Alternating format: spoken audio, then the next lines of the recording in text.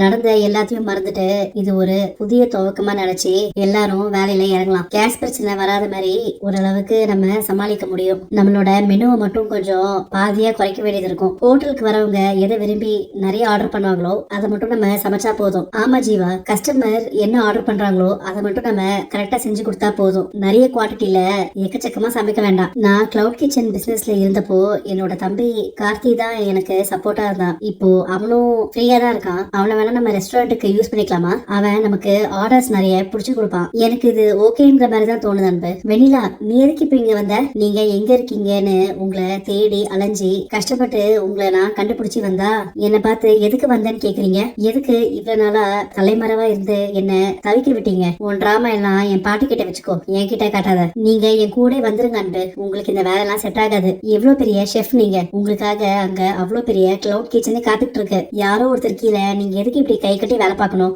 ஜீவா முகத்துல இன்னைக்கு நான் சந்தோஷத்தை பாக்குறேன்னா அதுக்கு நீங்க 2 பேரும் தான் காரணம். ஒரு பக்கம் நான் உடம்பு சரியில்லாம ஹாஸ்பிட்டல்ல படுத்துட்டேன், இன்னொரு பக்கம் ஹோட்டலுக்கு சீல் வச்சுட்டாங்க. இதெல்லாம் எப்படி என் பையன் தாங்குவான்? ஆனா நீங்க 2 பேரும் தான் எல்லா பொறுப்பையும் ஏத்துக்கிட்டு என் பையனை அவ்வளவு ஒரு இக்கட்டான சூழ்நிலையில இருந்து வெளிக்கொண்டு வந்தீங்க. நீங்க செஞ்ச இந்த உதவியை நான் எப்பயுமே மறக்க மாட்டேன்.